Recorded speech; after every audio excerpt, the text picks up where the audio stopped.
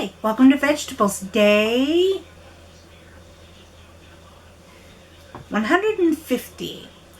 And first I want to apologize for not getting a video out yesterday because the last couple of days I have just really been fighting fatigue. Just absolutely no energy whatsoever. And that's, what today's subject is going to be on. But before I get there, just want to give a recap as far as what I have tried to do. Yesterday, I did take a picture of the salad that I made using the vegetables I chopped on Friday. And as you can see by this picture, that it was a pretty big salad.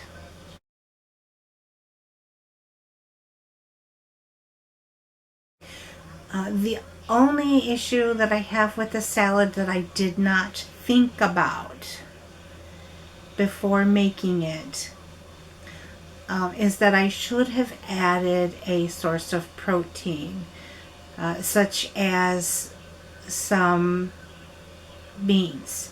Now, I did have some because I had bought some, well, it's they call it like a trail mix, but it was basically just a mix of different types of nuts, seeds, and then also had raisins in it. So I did get some of the protein and some of the iron that I need from the topping that I put on it, but it wasn't near enough. I should have also had some beans. So the next time I make a huge salad, I will go ahead and do that again, or make sure I include the beans. And the reason I said that is because I've been trying to figure out what is it that is causing me to be so tired. So let me just explain what I mean by tired. So I did go to bed a little late last night. Even though I was tired, I wasn't sleepy. So I went to bed about midnight, which is getting to be my usual. And I slept until 8:30. So, I had like anywhere from 7 to 8.5 hours, depending on exactly what time I fell asleep and, what time I woke up. I did have to wake up one time in the middle of the night, which is not bad. But yeah, it was, at least somewhere between 7 and 8 hours of sleep, which is fine. That's a good amount of sleep. But when I woke up this morning, I was just so tired. But I said, I've got to get out of bed. I cannot sleep the day away. So I tried to push through it. I made breakfast, which I made tofu scramble for the first time. A couple things I would do different is I didn't have a way to press the tofu. So I need to find a way to press the tofu to get moisture out because it was a little too soft. It had too much moisture, so I could not get it to crisp up a little bit. And I think it'll taste a lot better if it's crispier. The seasonings and flavors were good, except for I did put too much salt. And I just had that. Tofu, and I added some of the carrots. I added the rest of the bell peppers I had chopped up, which was about a cup, and I had added some spinach to it. So I had a lot of good nutrients in it. I also had that with 2 pieces of low carb toast with a little tiny bit of plant butter. And I should have been okay with that. That should have helped me a lot. But I also had coffee with it. And so by the time, and that's going to be key here in just a minute. So after I did breakfast, I decided I had to get laundry done. So I was working on laundry. And I could hardly even move. I was so tired. But I did get most of the laundry folded and put away. Well, folded. I still have a stack of towels to put away. But then it was lunchtime.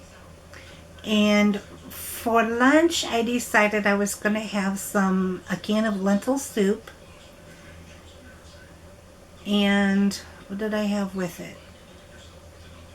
Oh, I was craving Tostitos. So I had probably about 25 Tostitos in a can of lentil soup. And even after that, I still felt hungry. I felt tired. And I know I keep saying I'm tired, but that's trying to convey just how wiped out I was. So I finally, after I tried to eat that, tried to feel better and didn't. I'm like, you know what? Oatmeal sounds really good. So I made myself a bowl of oatmeal. I put a tablespoon of peanut butter powder and about a half a cup of raisins, some flaxseed, a tablespoon of flaxseed, a tablespoon of maple syrup, and about maybe a quarter cup of coconut almond milk. And I ate that. And that did help a little bit, but not enough that I finally decided, okay, I just can't take it no more. I have to take a nap. I have to. And even after I woke up, I was still, I wasn't sleepy, but I was just exhausted. So for dinner, I decided to have Taco John's again. But I had, 2 bean tacos and a bean burrito. And but they call them potato olays, but they're just, the tater tots, not like the square tater tots, rectangular, but the flat round ones. Tater rounds, I guess what they call them in the store. And finally, after eating that, I finally am feeling better. Not quite so fatigued. And I'll probably be up late again because I took a nap and because, now I finally feel a little better. But that leads to my topic for today. And that is that before I went to bed, I tried to figure out, why am I so tired? And I knew that the last time I had my blood drawn at the cancer center, I noted that my red blood cell distribution width continues and remains to be elevated. That number has been elevated for as long as I can remember. I got diagnosed with cancer in 2009, and pretty much I have gotten my blood work done every 3 months for the past 11 years. 12 years, yeah. Last 12 years. Sorry, my addition isn't the greatest. But the last 12 years, I've pretty much gotten my blood work done every 3 months. And as far back as I can figure, my red blood cell distribution width has always been high. And I kept asking, why is it elevated? What are we going to, what can we do about it? And doctor didn't seem to be too worried about it. He's a hematologist and oncologist. And I'm like, okay, well, I guess if he's not worried about it, I shouldn't be either. And then about 6 years ago, when I really started being so fatigued and tired, he finally checked my iron levels and saturation rate. Iron levels were perfect, but the saturation rate was little lowered. And so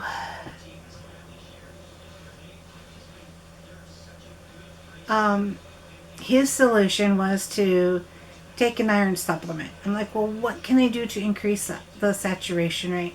He's like, well, really nothing. You just have to eat more iron. Okay, so I tried eating liver. Felt better after I ate it, but blech, no, yuck. I tried. I'm like, okay, I'm doing this for my health. I'll just choke it down. And I couldn't do it. I just couldn't do it. And then, and I really wasn't feeling that bad. So, I tried to take a supplement for a while, and supplements upset my stomach. So, I'm like, okay, whatever. But then, and he's checked it periodically throughout, and, some of the biomarkers are fine. And he says, well, as long as your iron levels are fine, if your saturation rate is, maybe just a little below what it should be, it's really no big deal. Well, the last time that I went, not only was my red blood cell distribution width elevated, my mean corpuscle value was low. And I'm a little upset with the nurse practitioner because she didn't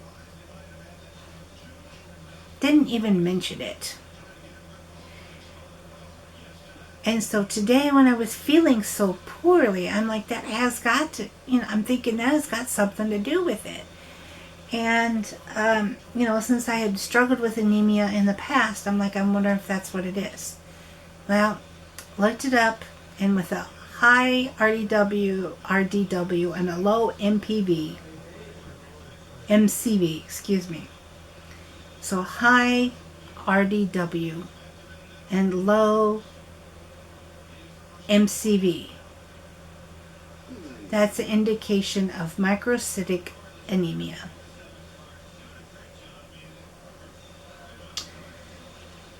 So,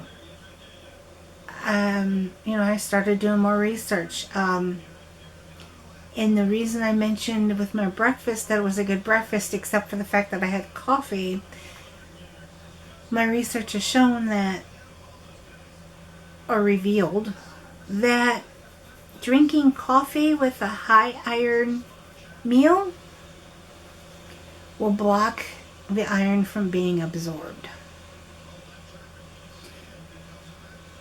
So they recommend if you're going to have coffee, that you have it with, at least 2 hours before or 2 hours after a meal.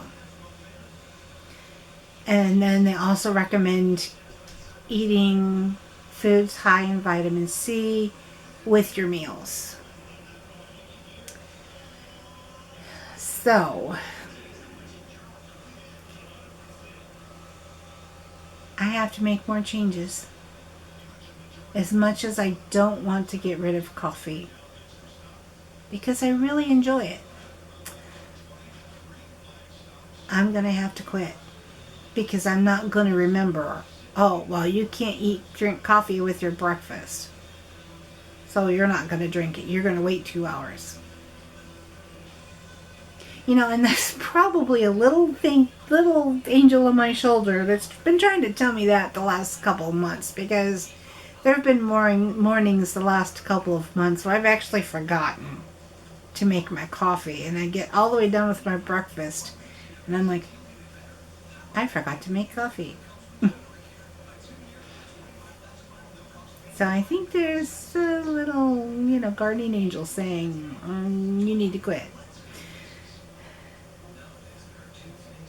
But, I'll continue to do research on this anemia. But that's what I've learned so far, and I really don't think the medical field knows that much about it. But I'll keep doing my research. And again, it's called microcytic anemia. And, I have to find out additional ways to up my iron absorption and make sure that when I eat, I have to make sure that I have sources that are high in iron. Actually, what I'm beginning to think I'm going to do is, I think with breakfast, I'm going to start breakfast out with a green smoothie. Because I think that, if I can get a smoothie that's jam-packed full of kale and spinach, and then make sure that I have some fruit that's got vitamin C in it, that a smoothie containing those should hopefully help get rid of the problem. But, I'll also be contacting the oncologist to, see what his input would be. Well, that's the video for today. I'm not for sure if you find it helpful or not, but if you do, share it. It does have a little bit, a lot of information as far as what I'm going through, and talks about the anemia. Please remember, I am in no way a medical professional, at least not formally trained or licensed medical professional, but due to my chronic illnesses and problems that I've had over the last 40 years, I have learned a lot. So, if you find it helpful, share it. If you have any questions about your own health, please consult your physician. In the meantime, please comment, like, and subscribe. Hit that notification bell so that you know when I upload a video every day. Enjoy the rest of your evening. Thank you so much for watching, and hopefully I will see you tomorrow.